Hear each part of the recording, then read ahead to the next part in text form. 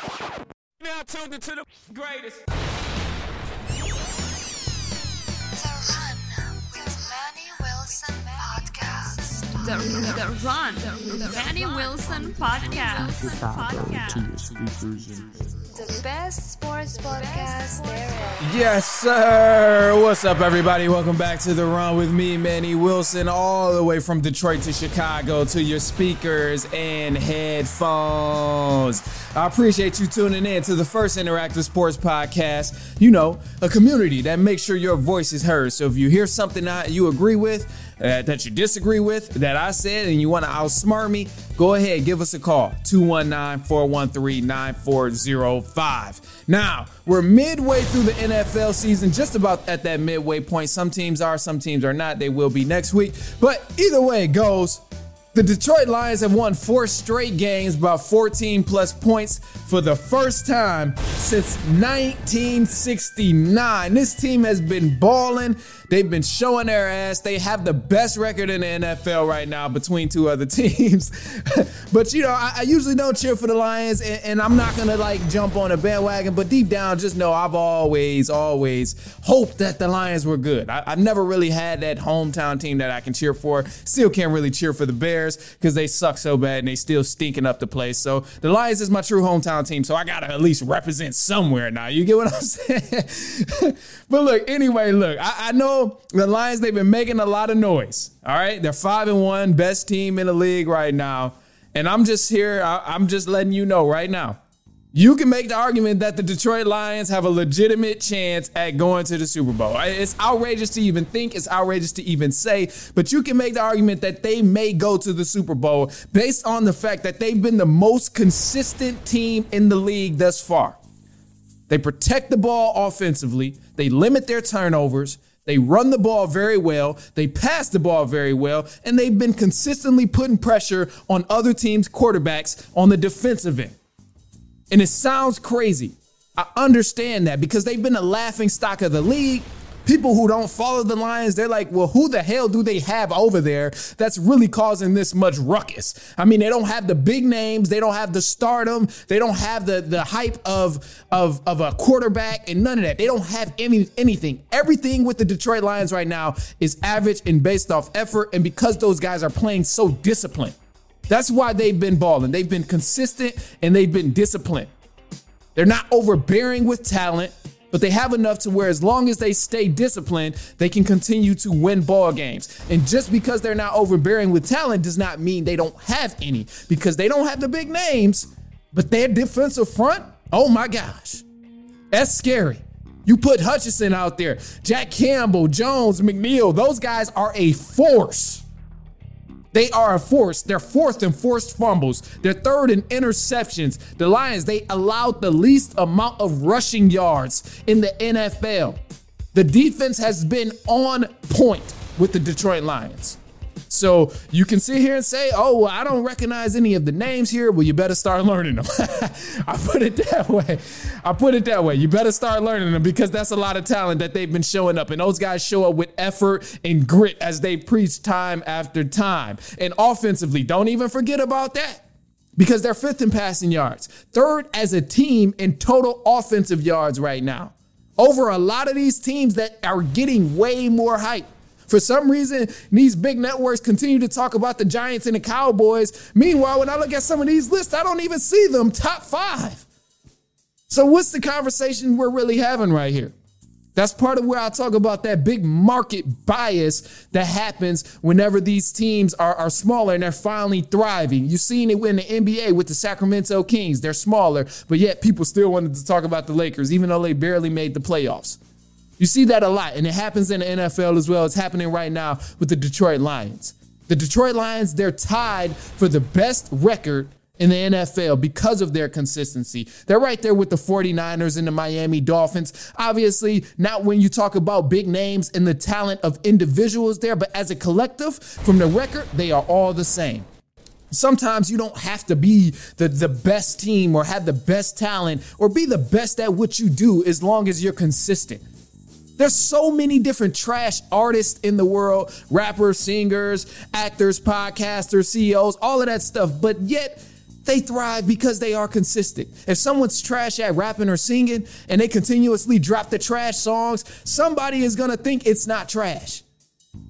I mean, that's why we got so much controversial about, oh, is YoungBoy the GOAT? Is Drake the GOAT? Is J. Cole really him? Or is he the best rapper alive? Is Jay-Z the best rapper alive? Jay-Z and Nas. That's why we have those debates, because, yeah, all of those guys that we're debating are consistent at what they do, whether you like their style of music or not.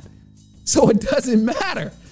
And you can revert that same exact thing to the NFL. These guys who pass well, these guys who run well, these guys who defend well consistently night after night, regardless of who they're playing, they're going to have some sort of success. Your strength is in your consistency, and the Lions are a damn consistent team. I love what I'm seeing from those guys right now. I told you, deep down, I'm burning, because deep down, I know I'm a Lions fan. That's always been my hometown team. I never wanted to cheer for them publicly because they've been bad for so many years, but that 50-year curse is done. We're at the halfway point in the NFL. I would love to see them keep it up. I don't want to get too hyped, but I want to let you know that, you know, you're not crazy if you're thinking about the Lions potentially going to the Super Bowl right now, or if you're potentially thinking about them winning the conference of the NFC. It's still a lot of competition. You still got the 49ers, who I think is probably the best team in the NFC right now when you look at talent and the consistency put together. But ultimately, just know they got some competition as well. I'm going to just put it that way. Now, the Lions, they play the Baltimore Ravens this Sunday, and it should be very, very interesting. I think the Lions are going to win this game here on the road. They're 3-0 on the road. They've been very nice at playing teams on the road. The Ravens, and on the other hand, they've been sloppy. They've been inconsistent. Everything I just said with the Lions, they're the total opposite. They've dropped 7 passes a week ago against the Pittsburgh Steelers. You can't have that type of stuff when you're going into these close games. Last year, they barely slid out of Detroit with a win. Justin Tucker had to kick a 60-something yard field goal, break an NFL record just for his team to win. So I got the Lions winning this game here on the road. But as I'm saying, some of these teams here, let's switch it up a little bit, because there's more teams in here. This big market bias, I don't know why I'm about to talk about another big market team when you can just go listen to them anywhere else. But look, you need to hear this, because the Philadelphia Eagles have been mad overrated. I think Jalen Hurts is overrated. I think that everything about the Philadelphia Eagles is overrated. And as you can tell right now, I'm very disappointed in the Eagles. To all those Eagles fans out there, hear me out for a second. They lost to the New York Jets, who gave them their first loss of the season. This is not why I'm saying the Eagles are inconsistent, but there was some controversial things that happened. Jalen Hurts, who's the big paid man who got the huge paycheck as a quarterback earlier in this season, he threw 3 interceptions. One of the interceptions resulted in a touchdown drive from the New York Jets that caused them the game. Hurts is not living up to his play.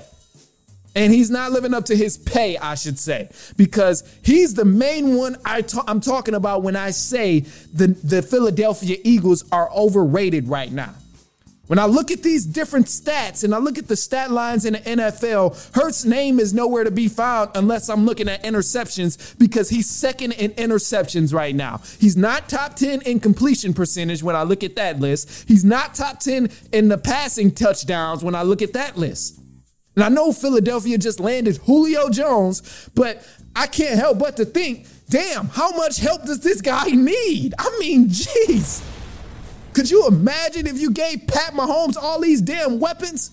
Of course they would be 5-1. Of course they would probably be 6-0. I doubt Pat Mahomes will let all of those go to waste. Could you imagine giving Josh Allen all of these weapons? Devontae Smith, AJ Brown, Julio Jones, and all the running backs that Philadelphia has? They're giving Jalen Hurts all of these weapons in Philadelphia just for him to get carried by the run game. How silly is that? How silly is that? I mean, there's so many quarterbacks that could thrive in this Philadelphia Eagles situation that Jalen Hurts is in right now. And I don't want to completely trash Jalen Hurts, even though that's what I did. I mean, I know he's good. He had a bad week. But even over the past few weeks, discounting what they did against the New York Jets, he's still been very inconsistent. He has not looked great when throwing the ball far. He has not looked great when making clutch decisions and tight decisions when he's under pressure in the pocket. I have not seen that from him. And I mean, I don't want to drop these huge expectations on him just because he did get paid. I think it's still very much worthy because he is a great quarterback and he has a lot of skill he can continue to develop down the line. But damn, you got to show me something. You have to show me something when you're getting paid like that. If the media can trash Lamar Jackson for his receivers dropping over 7 passes in a game, then damn it, they can trash Jalen Hurts too. But again, big market bias. So they're not going to do that. They're not going to do that. But look, we got some news coming up. So stay tuned. We got news coming up. If you heard anything you agree with, disagree with, shoot us a voicemail call and we'll play it back on our next episode. 219-413-9405. I know I went a little bit hard on the Philadelphia Eagles, so y'all probably going to be mad at me whether you leave a voicemail or not. But just wait until this is social media, man. You're going to see them clips and all of that stuff. So go ahead, leave a quick take. We'll play it back next week on our episode 219-413-9405. We got some news for the run coming up. WNBA, the NBA, and the MLB, and some NFL games that's coming up as well. So stay tuned and we will be right back.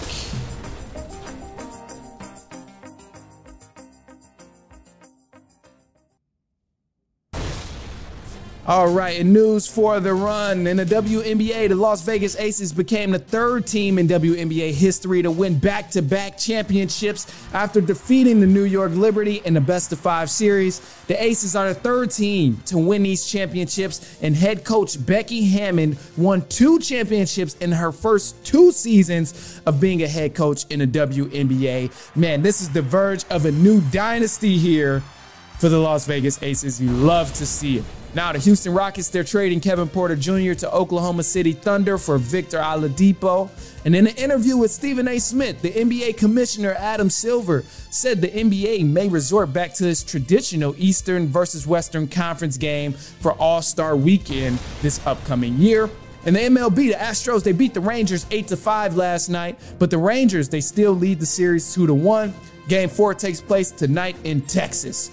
All right, in the NLCS, Phillies are leading the Diamondbacks 2-0. They will settle Game 3 tonight in Phoenix. And a few teams to watch this NFL Sunday. The Bears, they play the Las Vegas Raiders at Soldier Field. The latest of the reports are still saying Justin Fields will be out and not expected to play because of his hand injury. However, the Dolphins, they play the Eagles in Philly as both teams look to move to 6-1. The Detroit Lions will take on the Ravens in Baltimore. The Chiefs, they play the Chargers. My Atlanta Falcons will try to beat the Buccaneers on the road.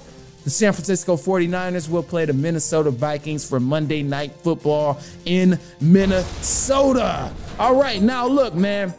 I want to shed some light on the WNBA Finals, man. It was a great series. The Women's National Basketball Association is developing more and more, and I love where it's headed. It was a great NBA Finals. The viewership was through the roof. I love that as well.